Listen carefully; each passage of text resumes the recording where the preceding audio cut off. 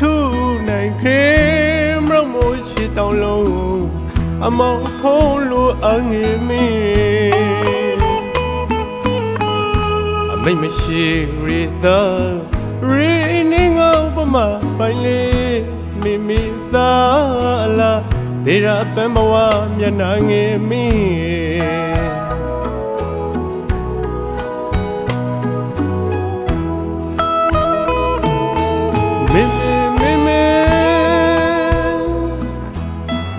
ဘဝမောဖုံးလို့အိုခိုလေးမထူ